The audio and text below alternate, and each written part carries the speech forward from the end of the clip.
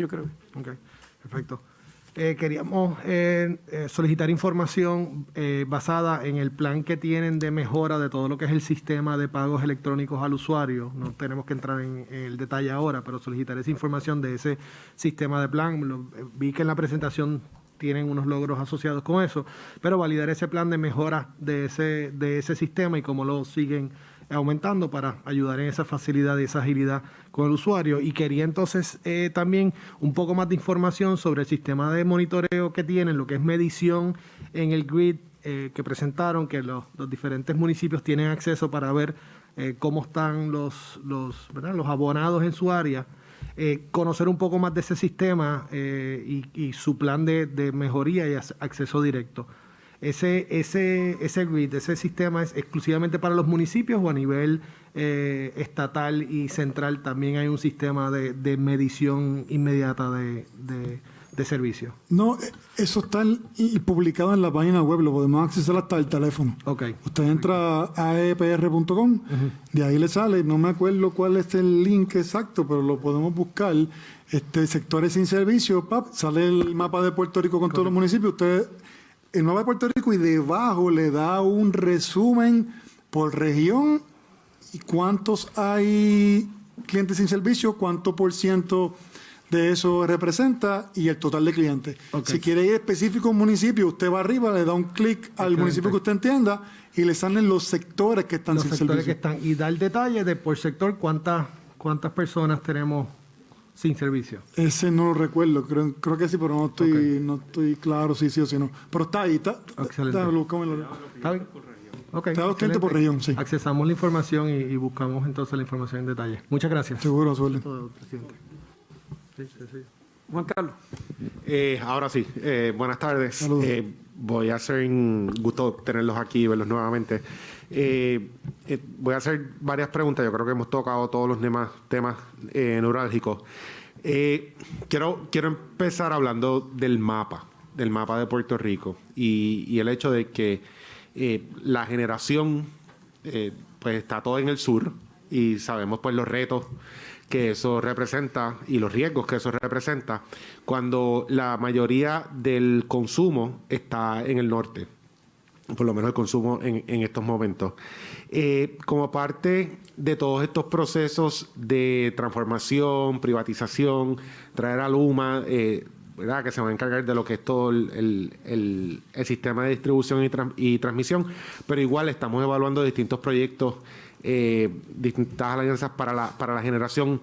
¿Cómo la autoridad está incorporando el factor geográfico, ¿verdad?, donde existe la demanda en este proceso de planificación y hacer pues determinaciones, no solamente de el tipo de energía o la capacidad que necesitamos de tener de generación, sino dónde debería estratégicamente localizarse estas facilidades de generación? Sí. Voy a hacer una distinción aquí en el plan integrado sometido al PREP y el plan integrado aprobado por el PREP.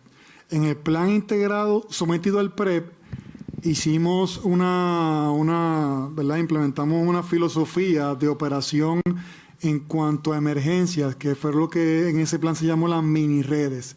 Cada mini red está dividida geográficamente por las zonas que mayor propensidad tienen a coger más viento y a perder las líneas, y se determinó cuánta carga crítica y prioritaria había en cada zona, y se estableció un mix de cuánto debía haber de generación convencional, solar y batería para manejar esa mini red en cuanto hubiera un disturbio atmosférico de gran magnitud o si pasaba algo en otro lugar de Puerto Rico. Eso no era una operación normal, porque no es eficiente una isla operar segmentada, pero sí una operación reliable, que te puede dar energía, que es lo que tú quieres en ese momento, para mantener los servicios esenciales y prioritarios.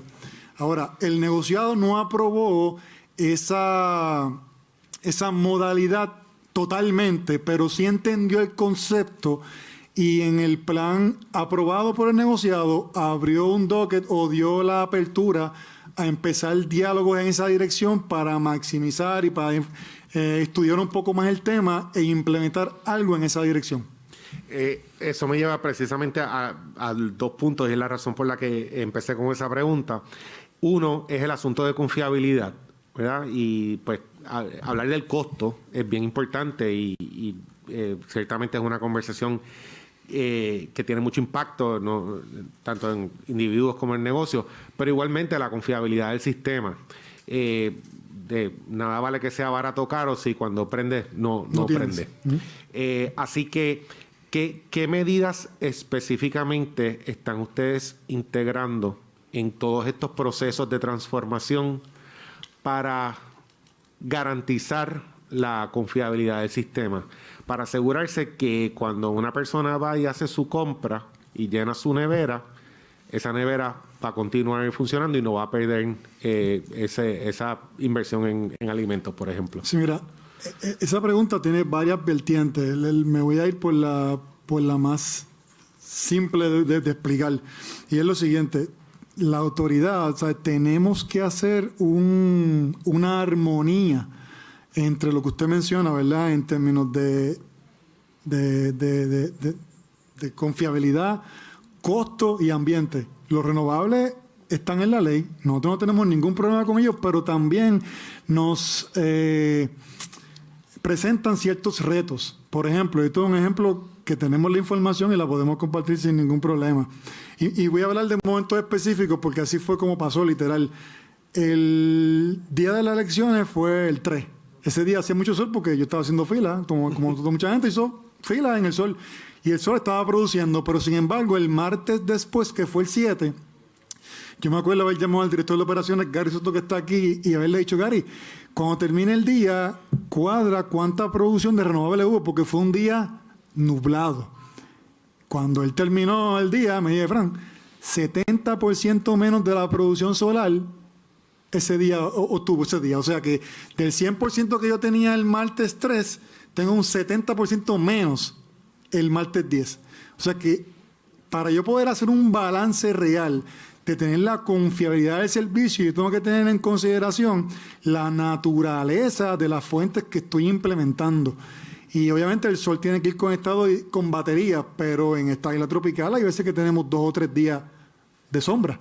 O sea que tenemos que hacer ¿verdad? Y esto pues no es tan fácil hacerlo como decirlo, pero realmente tenemos que hacer la armonía de tener un costo lo más bajo posible con una eficiencia alta. Y en eso es que estamos básicamente trabajando ahora mismo. Así que siempre va a hacer falta algún tipo de combustible de base, ¿verdad? Exactamente. Que tenga pues un nivel de producción. Que no quiere, disculpa que interrumpa, que no quiere decir que lo usemos siempre, pero cuando haga falta lo podamos tener disponible. Y eso se encarga de la parte de generación, pero entonces desde que se genera a que llega a esa última milla, ¿verdad? Que llega a la casa, ahí es donde entra pues todo este proyecto con Luma principalmente, ¿verdad? Con toda la transmisión y distribución, donde pues dentro del rol de ustedes en el contrato se están trabajando iniciativas para asegurar que el sistema no solamente es eficiente, sino que también es seguro y confiable. Eso es correcto. Ok.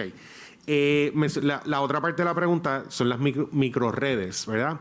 Y la posibilidad de que exista generación privada a una escala más pequeña, ¿verdad? Para servir pues una área delimitada. Muchos de estos proyectos surgen, entiendo yo, de la necesidad o la desconfianza, ¿verdad? Que puedan tener particularmente intereses comerciales que estén mirando esto como una alternativa que ellos controlan, que ellos pueden asegurar que sus operaciones van a tener acceso a energía, no importa las circunstancias. Como habló del IRP, ¿verdad? Pero en estos momentos, de donde están ustedes, hay proyectos que se están discutiendo, hay proyectos que ustedes entiendan han pasado más allá de la fase de quizás conceptual o de planificación, y que podamos ver algunos de estos proyectos de microredes en un futuro no muy lejano. Sí. El recinto universitario de Mayagüez de ingeniería, el RUM, ¿verdad? El recinto universitario de Mayagüez, tiene una propuesta de una microred dentro del recinto con posible expansión hasta el hospital y otras áreas de interés. Eso se está dialogando actualmente con el doctor Agustín Irizarry y se está intentando ver cómo se inserta con los fondos federales que vienen para hacerlo, implementarlo y utilizarlo como ejemplo de posibles microredes que puedan darse en otras partes de Puerto Rico. Y no necesariamente por la desconfianza, sino para hablar claro, ¿verdad? Puerto Rico es montañoso y tenemos sectores que están literalmente aislados del resto de los otros lugares. Y probablemente sea más sencillo mantener una microred en un lugar remoto que mantener la línea de transmisión o de distribución o darle mantenimiento, ¿verdad? O soterrarla, ¿verdad? Hay diferentes alternativas, pero ninguna se está descartando y todas se están mirando, y esa en particular la pudiéramos compartir sin ningún problema, porque realmente es algo que se está trabajando ahora mismo. Ok, sí, por favor, y sería bueno tener esa información. Entonces, utilizando la palabra que creo que correctamente utilizó ahorita, que es armonizar los distintos intereses, estas microredes ciertamente son un ejemplo de cómo podemos hacer un sistema pues más confiable, más accesible, que no tenga que pasar por las montañas, pero crean un problema, y es el problema entonces del cobro, ¿verdad? Del cash flow de la Autoridad de Energía Eléctrica. Entonces, esa es la otra preocupación aquí, y pues poner descubierto la complejidad y la magnitud de la situación, porque en la medida que se crean estas redes independientes donde puedan funcionar sin depender de la Autoridad de Energía Eléctrica, pues básicamente se van, el famoso off the grid, o se desconectan. Entonces la autoridad no cobra, y eso pues tiene un impacto en el cash flow.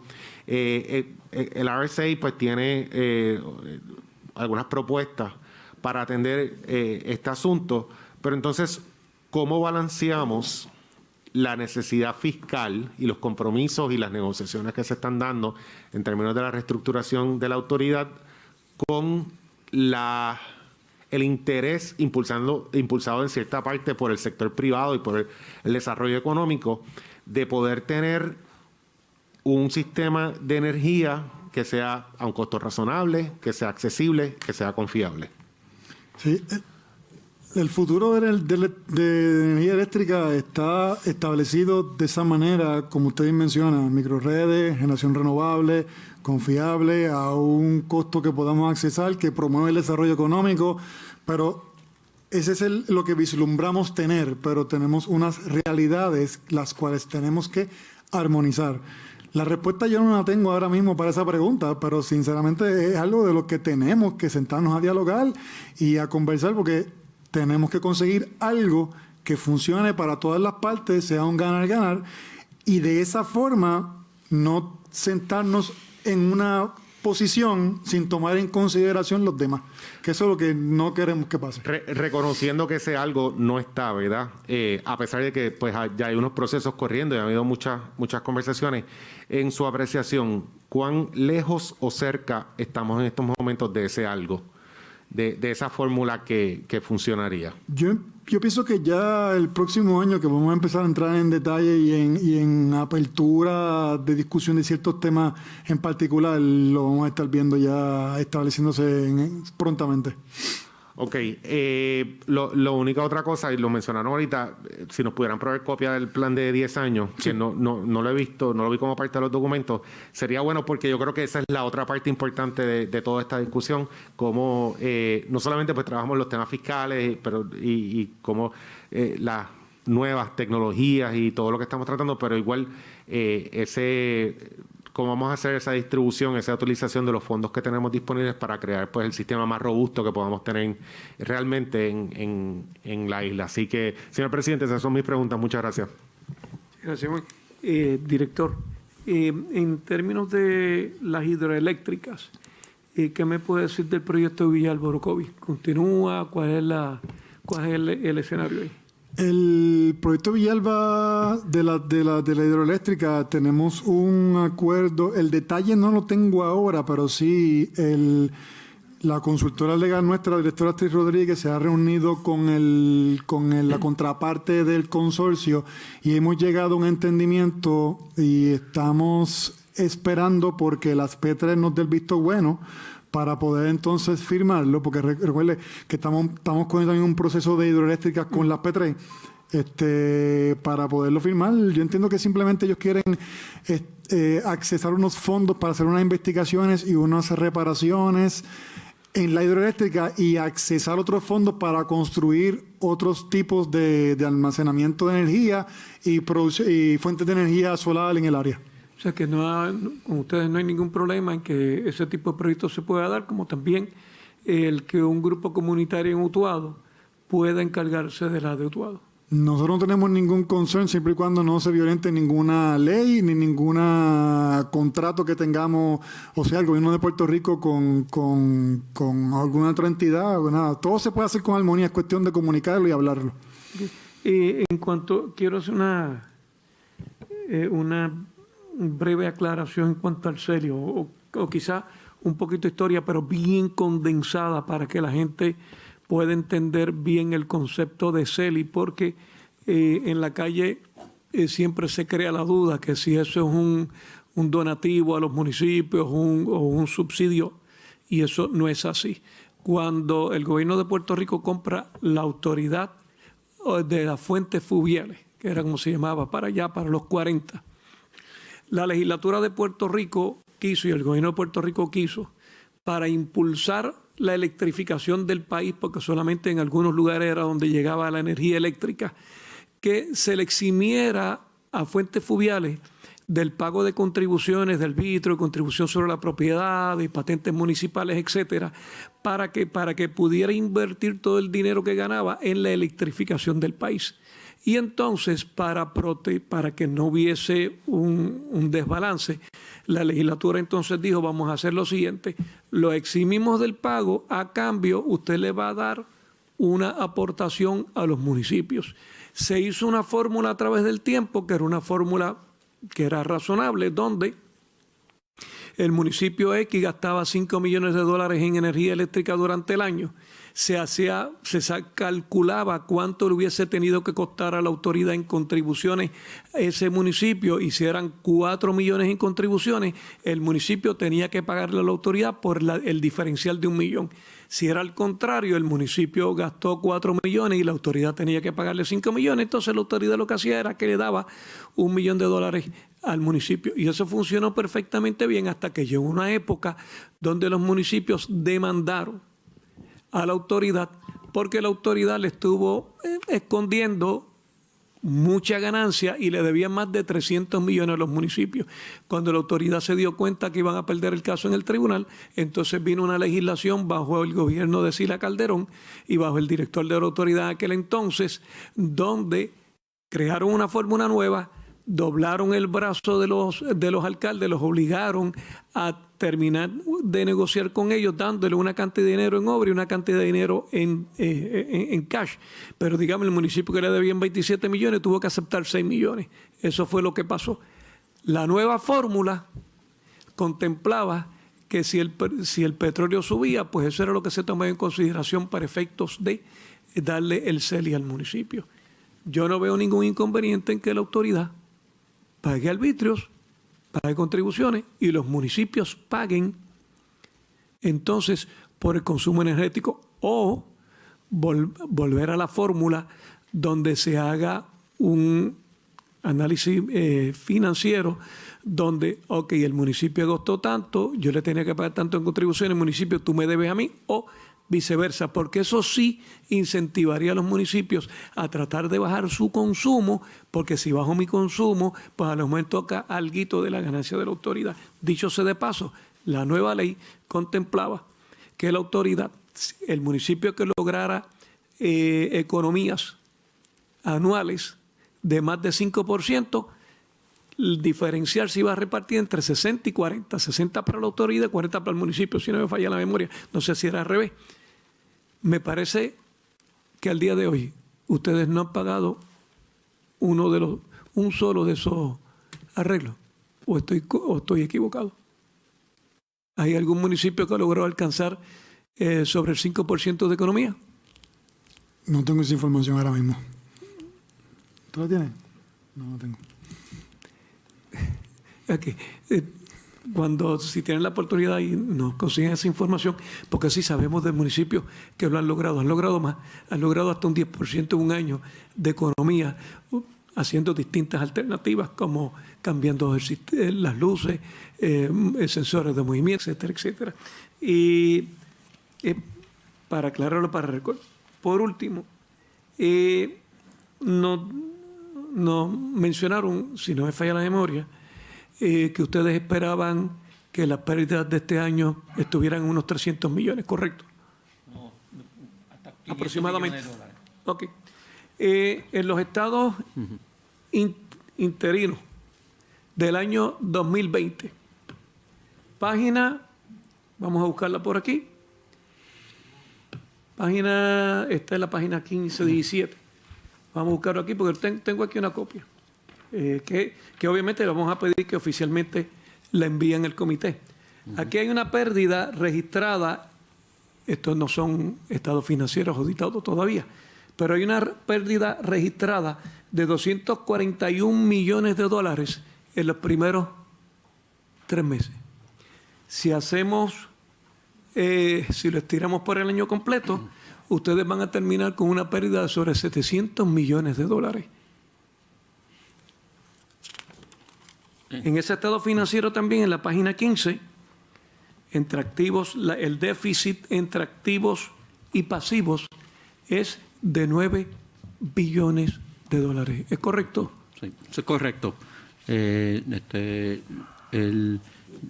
déficit acomodado hasta el momento, usted bien mencionó, son 9 mil millones de dólares.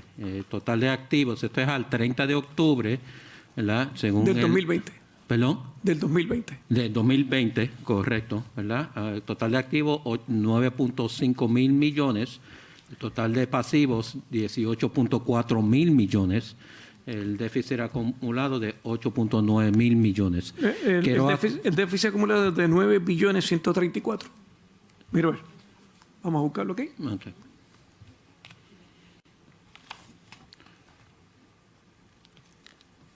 $9 billones 134.